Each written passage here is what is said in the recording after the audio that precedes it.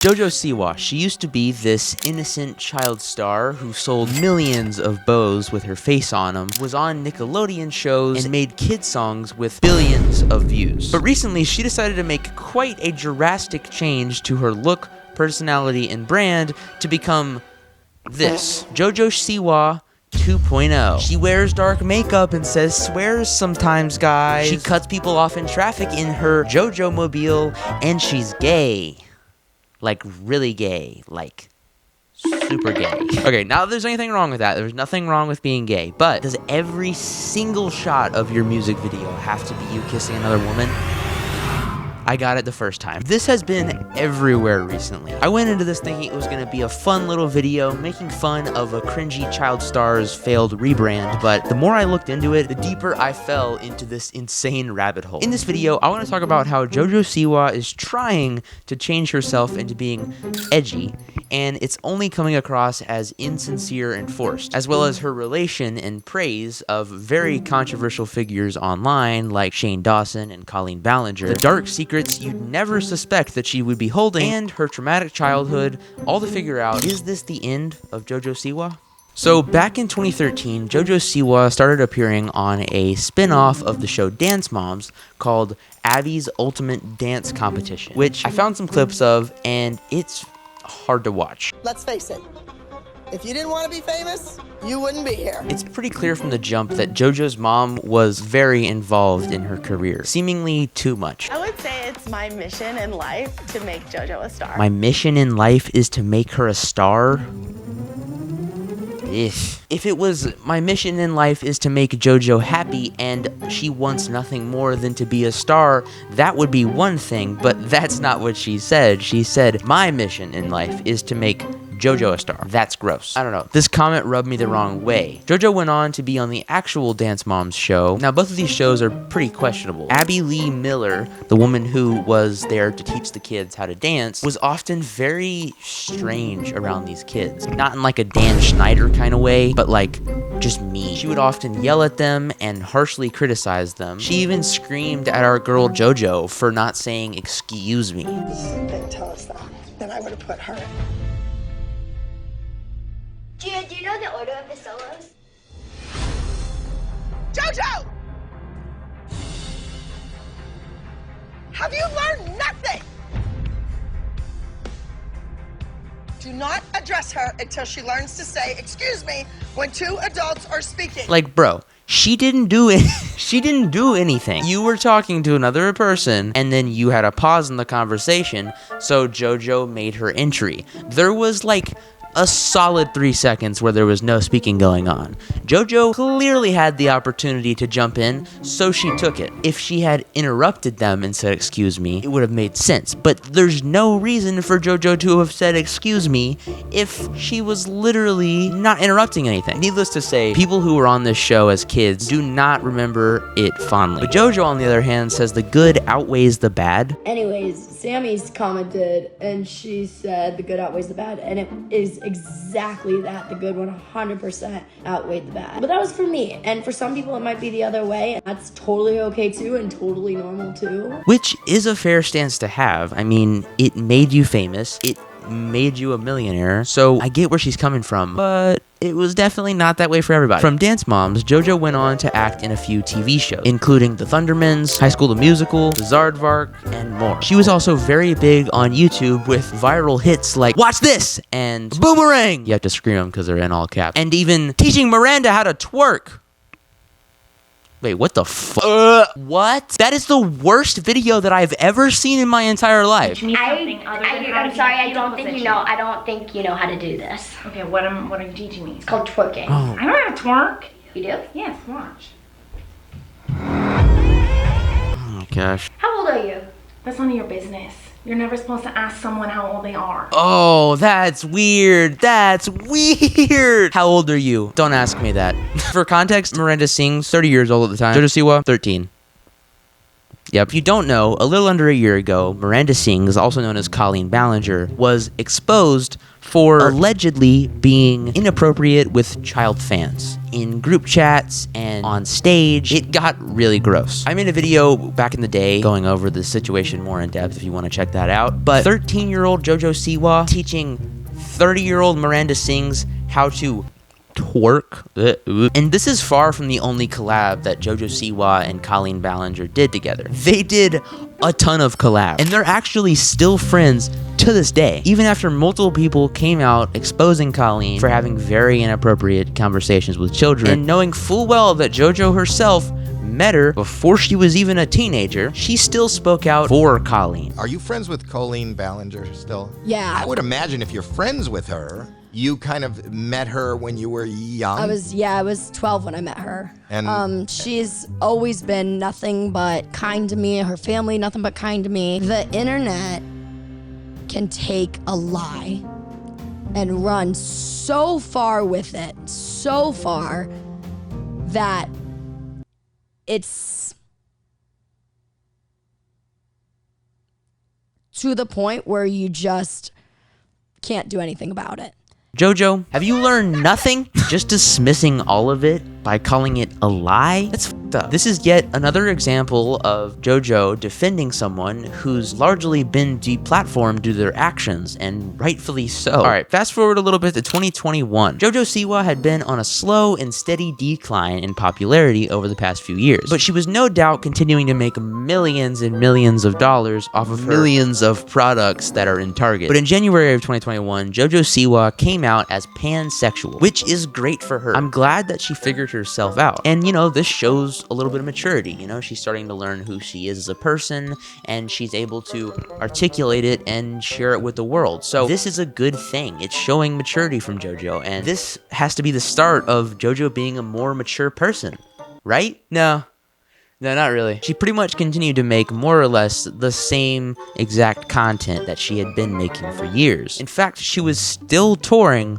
with the song that she made when she was 13 years old. Since her peak era on YouTube had passed, she was sort of just hanging out in the background. Later that year, JoJo released her TV show called Siwa's Dance Pop Revolution. And this show was basically her version of Dance Mom, where kids would, you know, compete in a dance competition to be famous. Similarly to Dance Moms, it gives off very weird vibes. I have the ability to be a star. I want to be famous. Anytime a child is put somewhere to be famous, it feels wrong. Especially right now, after hearing about all of these cases where child stars in TV have experienced extensive abuse and manipulation. This advertisement she posted on her YouTube channel for the show literally shows kids saying, I want to be famous, which I mean, every kid does. But I honestly don't think kids should be famous. Of course, as a kid, it's very exciting and you're living your dream. The amount of times that child stars grow up and look back on their fame in a very different light is way too many to count. People also say that you're mentally stuck at the age that you get famous at, which might explain JoJo Siwa. But I mean, if you're 10 years old and you're providing money for yourself and your family, and people are recognizing you in public and getting all these exciting opportunities, then of course you're not gonna want to grow up. It's working how you are, so why would you change? But of course, to continue your career and to just be a well-rounded person, you have to grow up. I do think JoJo is certainly a victim of her upbringing in a sense. Her mom was clearly way too involved in making her a star. I mean, JoJo Siwa literally started performing music when she was 2 years old, which is way too young. At 2 years old, I don't even think you even really know what's going on. There's no way you can willingly perform a song and dance. Bro, when I was 2 years old, I was picking my butt and like throwing rocks. So not only was JoJo pushed into this field from a very young age and in a very toxic environment on Dance Moms as a kid, but she grew up being friends with an alleged child groomer. I'm not saying that Colleen Ballinger groomed JoJo Siwa. It seems like they had a pretty good and pretty platonic relationship. But I am saying that it's weird to be friends with a 12-year-old at 29 years old. Throwing that out there, especially when she's teaching you how to twerk. I think it's also very possible that JoJo Siwa's mom is responsible for her recent rebrand, which would make a lot of sense. More on that later, but back to this TV show that she made. So this show is hosted by JoJo Siwa and her mom, and there was a cast of girls who were there to compete to be famous. We are gonna make you guys the next phenomenon. Basically, if you won, you got to start a child pop group, and you would take over JoJo Siwa's YouTube channel. So it was basically like JoJo Siwa was trying to find the next JoJo Siwa. If you go to the channel that JoJo Siwa used to post all of her old YouTube videos and songs on, it's been rebranded to XOMG Pop, which is the name of the group that won the show. Now, this group is still very active. As I'm filming this, they just posted a new video 4 days ago, and ouch. 360 views. This channel has 12 million subscribers. Getting less than 400 views on a channel with 12 million subscribers is rough. I don't think I've ever seen a channel this dead before. Like, literally nobody watches this channel. So I would argue that the promise of fame that was given to these young girls in this show was not really given at all. The next phenomenon. I'm sure they're provided with resources to make music and podcasts and things like that, but famous by no means. And I think JoJo and her mom could tell that this channel was clearly on its way out. So they were like, let's pass this on. Let's scrap this and let's move on. The main criticism of this show has been how the children on set were treated. Similarly to Dance Moms, like I described earlier with Abby Lee Miller, you'd think that she would learn from Dance Moms, but no. She was just like, it worked. This time, let's make the money off of this. Now, I want to be clear. If JoJo's team or JoJo's mom or someone JoJo knows is watching this video, the information that I'm about to state is all alleged information. They're all claims. They're all not facts. But in my opinion, they are believable accusations. Okay? We good? Cool. Now that I don't have to worry about getting sued, the children on set were being overworked and harshly criticized by JoJo and her mom and everyone else. The producers on the show are even quoted saying, "It's not a good day unless you make a kid cry," which is just so f***ed up. Like, sure, the kid crying makes things dramatic, you know, it makes things emotional. It appeals to pathos. That's right. I took AP language. But it shouldn't be the goal. I like to imagine that they have like a quota of kids that have to cry every day. Hey, Jamie, I'm just checking in. Have you have you gotten any kids to cry yet today? I was just wondering, you know, because I haven't heard any sobbing yet, and it's already noon. So I'm sorry. No, I haven't gotten a chance to yet. Okay, you might want to get on that. I'll get right on that. I promise. Dream guest on my podcast? What? Oh, sorry. I thought you said. Do you even have a podcast? What are you talking about? Okay, my bad. All right. Okay. Well, get on that. Okay. Okay, I will. Yeah. Okay. But for real, it was a very hostile environment. One of the most disturbing parts of this whole story is when the cast member, Leia Sanderson, who has a disability called spina bifida, hopefully I'm saying that right, which is basically where your spine doesn't develop properly. It sounds very painful. Leia has been in and out of the hospital for many surgeries due to this condition. Now, again, this is all alleged information, but supposedly they overworked this disabled girl, and at one point, she started bleeding through her belly button. They essentially just told her, put a pad on it so it doesn't get on the costume, and get back to it, which is really up. Leia and her mother were fired from the show, and Leia has gone on to be pretty successful on TikTok. And I would actually argue that she's better off not having won the show to get JoJo Siwa's dead YouTube channel, because now she's over here on TikTok with 100,000 of her own followers, and she gets tens of thousands, sometimes hundreds of thousands, sometimes millions of views. So honestly, it's probably for the best in her situation that she didn't win the show. Now, it took JoJo quite a while to consider rebranding. I think JoJo, her mom, and her team only changed things up when it was extremely clear that it was very necessary. Now, JoJo at this point was more or less making the same kind of content, you know, for little kids. But then she posted this video. Warning, the following content is not made for children and may be disturbing or offensive to some viewers. What's she gonna do? It may contain sexual themes, violence, strong language, dramatic scenarios, and flashing lights. Viewer discretion is advised. This is like such a dramatic way to introduce a rebrand. She then started posting like 4 TikToks every single day, hyping up how she was gonna rebrand and it was gonna be crazy and it was gonna be edgy and it was gonna be cool. She basically, in the promotion of this video, gave us like the entire song. But I mean, the promotion worked. I'm asking. I can't really tell. I mean, it clearly went viral.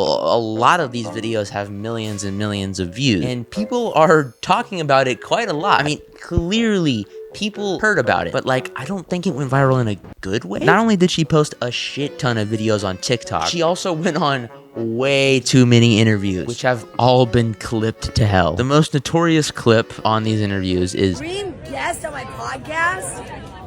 Oh my gosh. I mean, honestly, let's spice things up. One of my exes. Oh my gosh. Like, what happened to your voice, JoJo? Dream guest on my podcast? The worst part about this rebrand is how she seems to think that she is killing it, but it is not working. Everyone is making fun of you in the comments. Everyone is cringing at what you're doing, but she still is like fully confident in it and totally believes, bro, that dance I just did, I slayed. And then all the comments are like, this sucks. You fucking suck. I hate you. I hate everything about you. It's so hard to watch. She thinks she's so cool and different. No shame at all. None. Not even a little bit, which is good. It's good. You know, she's confident. She's confident in something that's you know what I mean? She was also clipped talking about how she's the only person to make this dramatic of a change, which is like clearly not true, and like she knows it's not true. She's actually acknowledged people that she's taken inspiration from who have made this type of change before. No one has made this dramatic of a change yet. No one has made, in my generation, this extreme of a switch. You're giving me chills over here. But she talks about it in a way like she's doing this groundbreaking thing, when in reality it's pretty common for a child star to turn into an adult and start making adult art. She's also talked about over and over and over again about how hard she worked in this song and how crazy it's gonna be and how awesome it's gonna be and how edgy it's gonna be. But if you look at the most successful cases of a rebrand like this, it's never done this way, and there's a reason for that. Like she's said, she wants this to be shocking, right? But if you're sitting there telling us and showing us every single piece of the puzzle and telling us this is gonna be crazy, guys, you don't even know what's happening yet, but it's gonna be crazy, you better get ready because it's gonna be crazy, it's gonna be shocking, it's gonna be crazy. It ruins the whole thing. If you want a rebrand to be shocking and new, then this is not the way to do it. JoJo Siwa has always been over the top, and this new rebrand is honestly the same thing, but with darker colors, and she says the word bitch a couple times. I think it would have been way more effective if she just made a song and was like, hella normal. Hell, she could have released the same song with no over-the-top makeup and not posting, 1,000 videos and going on 1,000 interviews to promote it. Just release a song that's more personal and step away and just let it speak for itself. But I don't think it's necessarily a bad song. It's not something that I would personally listen to. It's the way that she went about promoting it and packaging it that just didn't work. If it wasn't for these super cringy interviews and TikToks, she might have gotten a lot more respect for changing her style and, growing up a bit. She said she wanted this song to be something that people turn their heads at and go, what? I don't care if people like it. I don't care if people hate it, but I want people to turn their head at it, and I want people to notice it, and I want people to say, oh shit, she did that. And she's done that, but not in a good way. And she like ruined the shock value of the whole thing. If I came up to you and I went, what's the difference between me and cancer? My dad didn't beat cancer. You would probably be like, whoa, dude. You okay, man? Sounds like some trauma. You might want to unpack that. You'd be shocked by that, right? But if instead of that, I was like, I want to tell you this insane joke. It's gonna be crazy, it's gonna be edgy, it's gonna be different, it's gonna be new. I'm actually creating this new form of joke. I like to call it dark humor. And I'm the first to do it. I'm first to do this crazy dramatic change from dad joke. Yesterday I told you that crazy dad joke.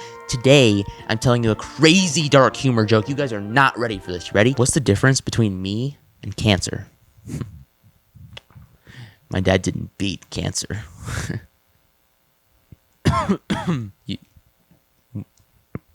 Why aren't you guys laughing? But for real, if we all know what's coming, then it's not nearly as shocking. After about 400,000 videos and interviews came out about this rebrand, the music video finally dropped in early April. And it's It's quite the video. All right, guys, this is my mom. Hello. You want to introduce yourself? I'm Stacy, aka Dakota's mom. Like and subscribe. So I have some interesting things to show you here. I've told you a little bit about this, but you don't really know, what you're getting yourself into right now. Never do. So first of all, because I want to make sure that you're properly warned. JoJo posted this video on March 11th about her rebrand that she was about to start doing, and this is the video that she posted. Are you ready? Ready as I'm gonna get. All right. Warning, the following content is not made for children and may be disturbing or offensive to some viewers. May contain sexual themes, Dakota. violence, strong language. Is it really that crazy? Viewer discretion That's is really advised. Awfully, strong. Dramatic, right? Yeah, very Look at the dramatic. comments are really funny. Nah, I'm too high for this right now. Oh, Lord of mercy. Dream guest on my podcast? Oh my gosh. I mean, honestly, let's spice things up. One of my exes. Oh? Oh, I'm tingling in all the wrong places. All right, so you ready for this music video? I was a bad girl. I did some bad things. Thou shalt not lie. Thou shalt not cheat. If I had a wish, I would've never left around. People are laughing about that because Never effed around. never effed around. She's like, the following content may be disturbing to some viewers, and then all the comments are like, So she said effed edgy. around, guys. I don't know. It's pretty disturbing. So I'm not sure if I'm gonna let him watch this again. Yeah, never effed around. So edgy and cool. F around and find out. I did hear tall tale of those moves. Like, What in the world is going on? so can you tell JoJo Siwa likes women? That's what I was just thinking. The only thing I get out of this is that she is desperately trying to prove that she's a Libasian. I think she's pansexual actually, but still, yeah. Okay, whatever. Yeah, I think she likes women, and that's fine. This Well, whole she thing. looks like she's trying to prove something, though. But supposedly the other person, well, if she wrote it, the other person did something wrong. She's a bitch, and she's with you right now. But I'm doing all Put it in. this.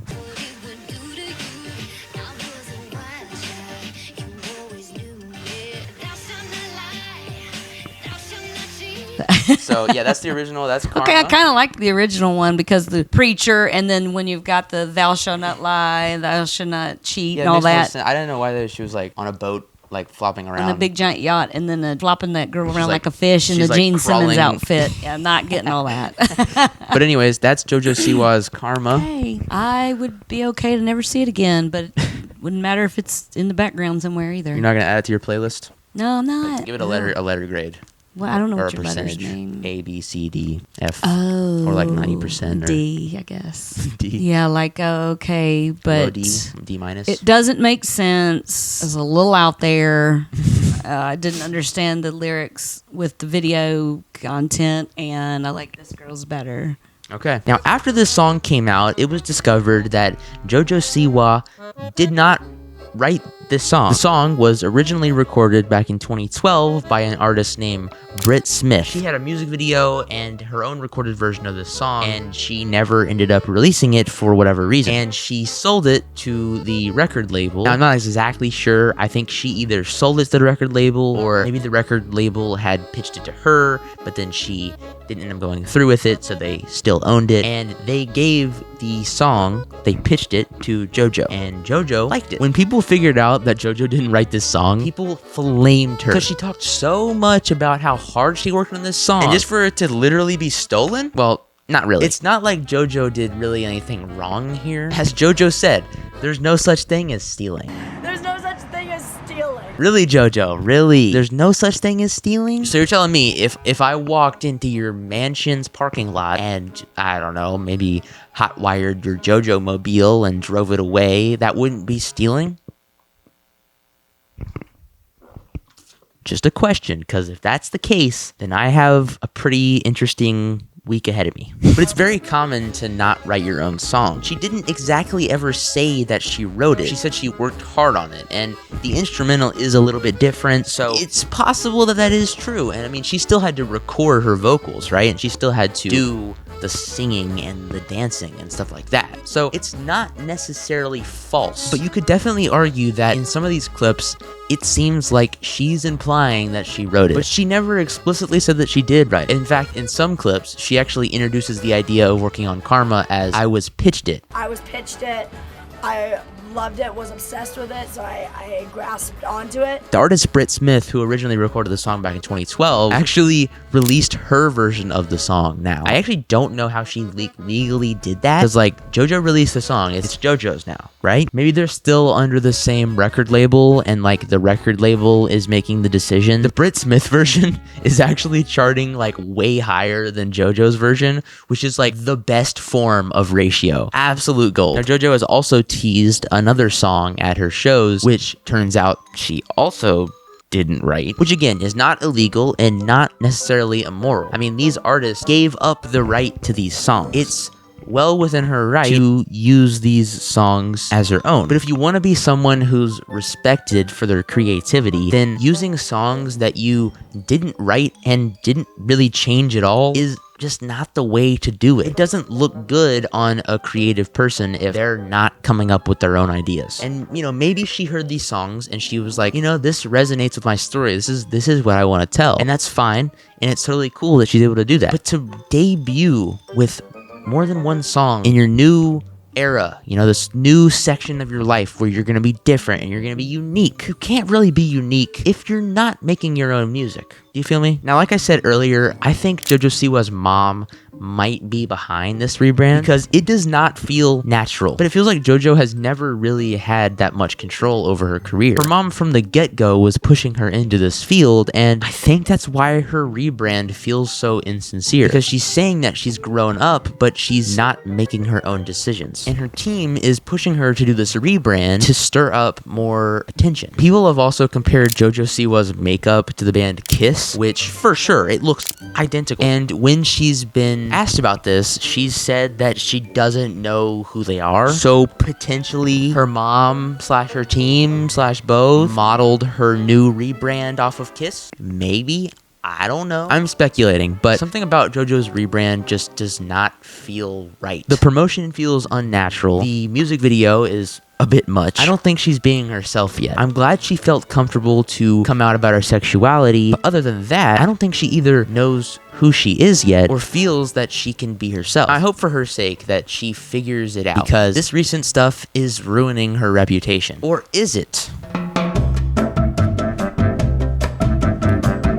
It seems like JoJo Siwa is taking the approach of all publicity is good publicity. If people are talking about your song and how it's cringe, then that means more people are gonna hear it, leading to more fans, which might be working. It's kind of hard to tell. Like it or not, what's been in your head the last 3 days? And I mean, she has a good point. I can't get this damn song out of my head. Karma's a bitch. Should've known better. But I mean, I personally am never gonna put this song on again. Sure, this whole situation has certainly brought a lot of attention to JoJo, but I don't really think it's been positive attention, and I don't really think it's gonna help with getting fans that respect you. I mean, there's clips all over TikTok of people going to her live shows, and these live shows seem pretty full, but it seems like the people that go there are going there ironically or just to make fun of her. This one TikTok video shows JoJo doing her insane choreography. Like, I mean, her music video is pretty wild, but this stuff is way crazier.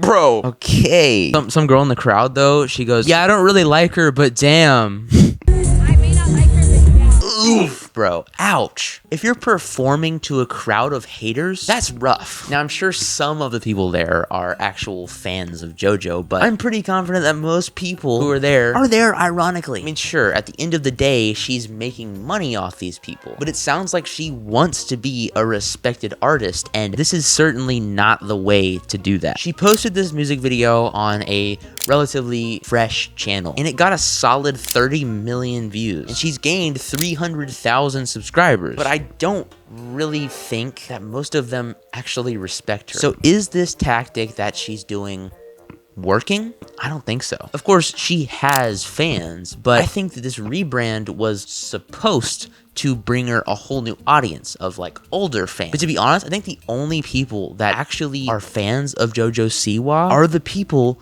who have stuck with her the whole time. And I actually think she probably even lost some of them. Is this the end of JoJo Siwa? I don't think so. She's not completely ruined by any means. She's definitely a millionaire at the end of the day. So I mean, she's not ruined, but she's by no means respected. I think if JoJo made her own thing and dressed, I don't know, normal, and was maybe a little bit less involved in the promotion and just letting us sit with her music a little bit more, and maybe stopped speaking out for bad people like Colleen Ballinger, and definitely don't go and do another collab with James Charles and Shane Dawson. What's that? Today she posted a video about James Charles.